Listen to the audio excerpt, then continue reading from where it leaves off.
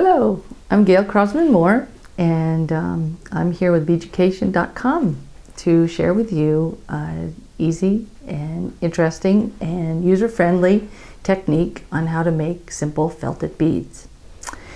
Felt comes from wool, and you can purchase wool in a usable form for felt making at many different yarn stores. I buy it as batting, but you can also buy it as roving, and the difference between those two things is the roving comes in long ropes, a big rope, and all of the fibers are in one direction, whereas the batting tends to have a little bit of a warp and a weft built in, which makes it easier for you to create a stronger fiber without laying out your own warp and weft. So here I have this batting that I was talking about, and you can see that there's a lot of different directions going on in the fiber. I don't have any roving to show you, unfortunately. Usually that's a straight merino fiber, and though it works fine for beads, it tends to be a lot softer. And so if you were making anything like a pair of slippers or a pocketbook or something like that, it doesn't have the body that this batting does. As I said, you can get it at many different yarn stores, but you might want to call ahead because it isn't something that they all carry. And I also sell several different colors on my website, which is gailcrosmanmore.com. And let's not waste any more time. Let's get to work, and I want to show you something that's really fun and easy, and you can take it in many different directions. Felt making is old, and what makes it work is the barbs on the fibers intertwine with each other with the help of soap, water, and human power to make a bead. You can make it as big or as small as you want. If you want to make them all the same size, you would just divide your fleece up to be even. It comes in a big bat, and I divide it up into smaller portions, and then I divide that up further.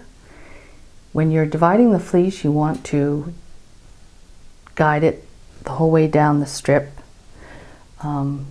Otherwise it will just tear off randomly. Anytime you're conditioning the fleece, you want to pull it apart to make it as even as possible. It's not as important in making beads to do that, but anytime you're doing anything else, you want to just tease the fibers out, which what that does is make them more receptive to each other, because it's about those things interlocking with each other. So here we have a nice long strip. You want to start to roll here like this. I'll shift the axis a little bit. What I'm trying to do is to get a nice even ball. Figure shrinkage to be about 33%, a third. You could condense it to be smaller than that, but there's no reason for these beads to be rock hard. When I pull it apart, I want to pull the fibers, so once again, the ends are going to grab onto their neighbor as I do the final wrap here. I'm using Dawn. It's a good choice. Pretty much any of your dishwashing soaps will work. If you're doing a lot of felting, you probably want to use something a little bit gentler. I use an olive oil soap a lot. And this isn't an exact science. Some people probably have it down a lot better than I do. I just give it a squirt in as hot a water as I can tolerate. And also want to have some auxiliary soap on hand at all times. I'm going to submerge this, holding that end so that it doesn't unravel, and put it in here until all bubbles stop. And I'm going to pull it out gently, gently. This is like a newborn baby at this stage. And I'm going to pat the surface with a little bit of my auxiliary soap. What the soap does is it changes the pH of the fibers, and it also lubricates them.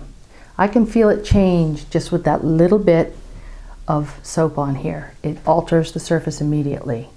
And then I'm going to start just as gently as I can. All I want to do is guide it to move in my hand. I'm not squishing at this stage of the game. If I do start to squish, I'm apt to get fissures and crevices in my beads, and there is a way to fix that, and I'll show you that in a minute too. But I'm just going to keep on rolling gently.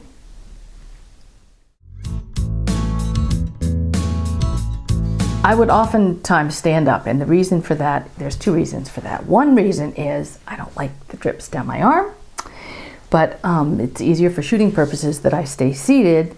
But the other reason for standing up, especially when you're working harder on maybe a larger project with the felt, is you have a lot more power when you're standing. I don't need too much power for this particular job, but it's starting to get a little bit firmer, so I'm going to add a little bit more pressure at this stage of the game. The hot water does make your job go faster, so you might want to dip it in here every once in a while. Come out. Let's look at this and see what's going on. There aren't any defined crevices, but there's apt to be. I was just lucky this time. But if there was one, there's a little bit of one here, so I'll show you how you'd fix that.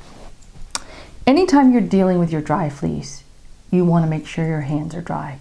You don't want to get the fleece wet until you're ready to use it for something. So I'm just going to pick this back up and pull a little strip off. And you want to have it be long enough that you can wrap it the whole way around the bead. So I'm going like this, and I'm going like this.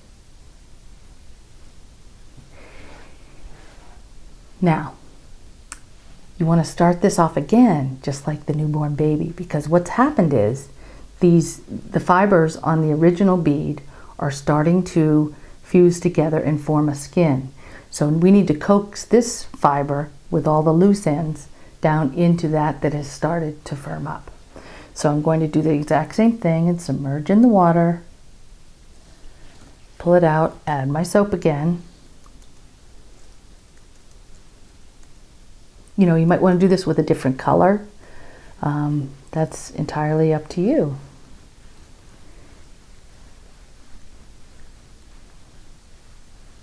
And just gently, gently, gently.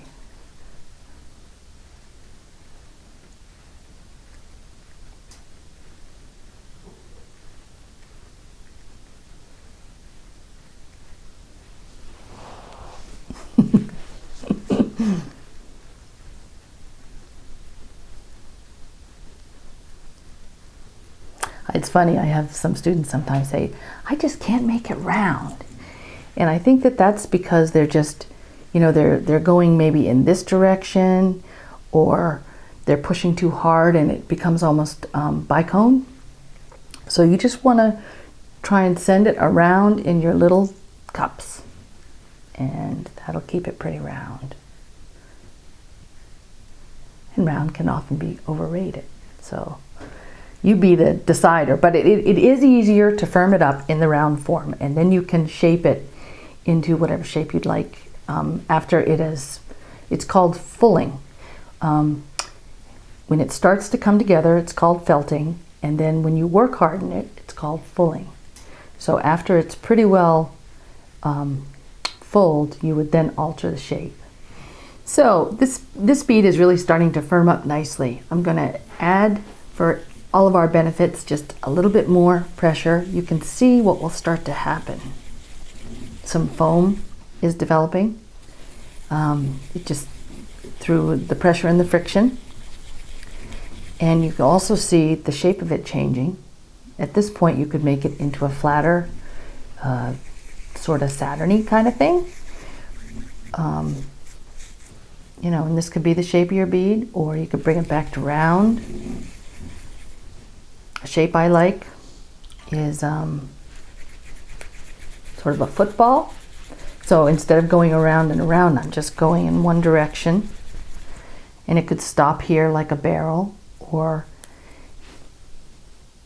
I can tell my hands what to do to give it a particular shape. So I'm going to make it more like a football.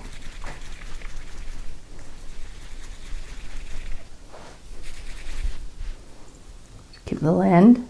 Here we have a teardrop.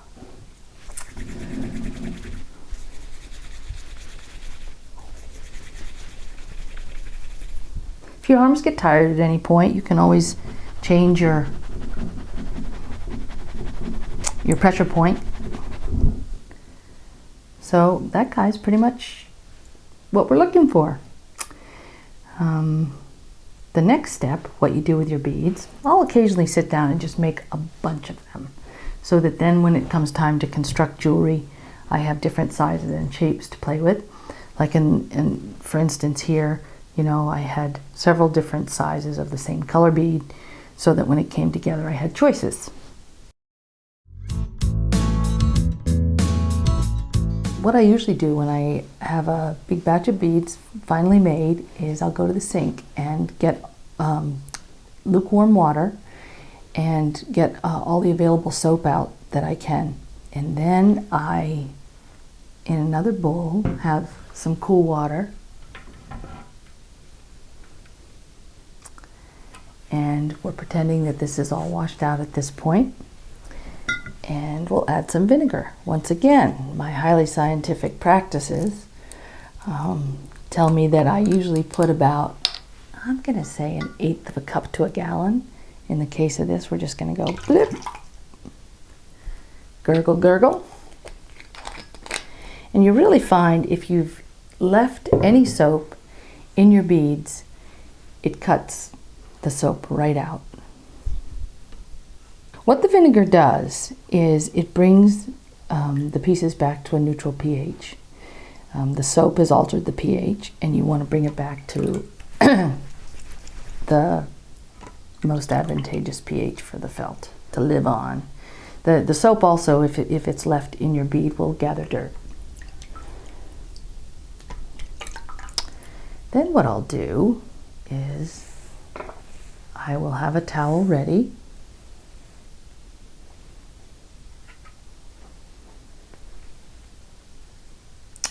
And I'll put a bunch of them down here like this, roll it up, and I'll usually step on it and just get rid of as much moisture as I can. And then, of course, they'll all be misshapen. So this is really all to tell you that you don't need to spend too much time shaping the final shape up to this phase, because it's going to be altered when you step on it or get all the moisture out. And then I'll just come back in and shape it for its final drying. Some people have dryers where they have shelves that you could put it in there. I dry them on top of I have a wood stove, and I have a shelf over my fireplace that I just pile them up there. They don't take that long once you get rid of all the moisture here.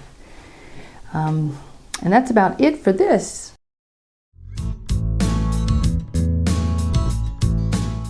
I wanted to talk a minute about a couple of different ways that you might use your beads.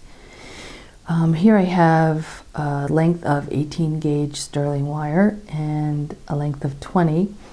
If your bead is too hard to fit the 20 into, you can sort of ream a hole first with something more rigid.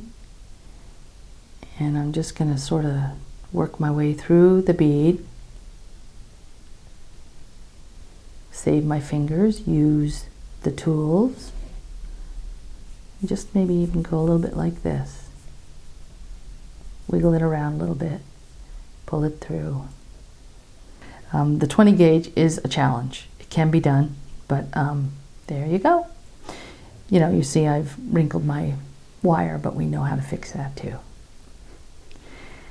So there you can, you know, make links to create a linked bracelet or turn it into an earring or whatever. So you saw it could be done with the 20 gauge, which makes the 18 gauge a no-brainer, as they say. So this has just a little bit more rigidity. We've cut it at a little bit of an angle, which gives us a little bit of an advantage. So there's our 18 gauge. If you want to string it on soft flex. So I'm going back to this. I'm going to use this to help me.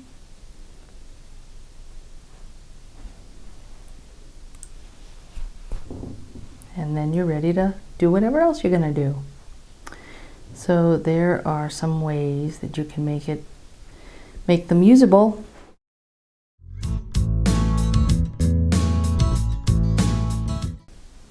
So you see how simple it is to make these beads.